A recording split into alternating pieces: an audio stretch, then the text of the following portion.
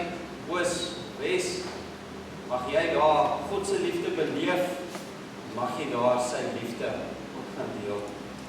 Vang nou die seën van die Here. Mag die genade van die Here Jesus Christus, die liefde van God die Vader, die gemeenskap van die Heilige Gees, en elkeen van julle wees. Amen.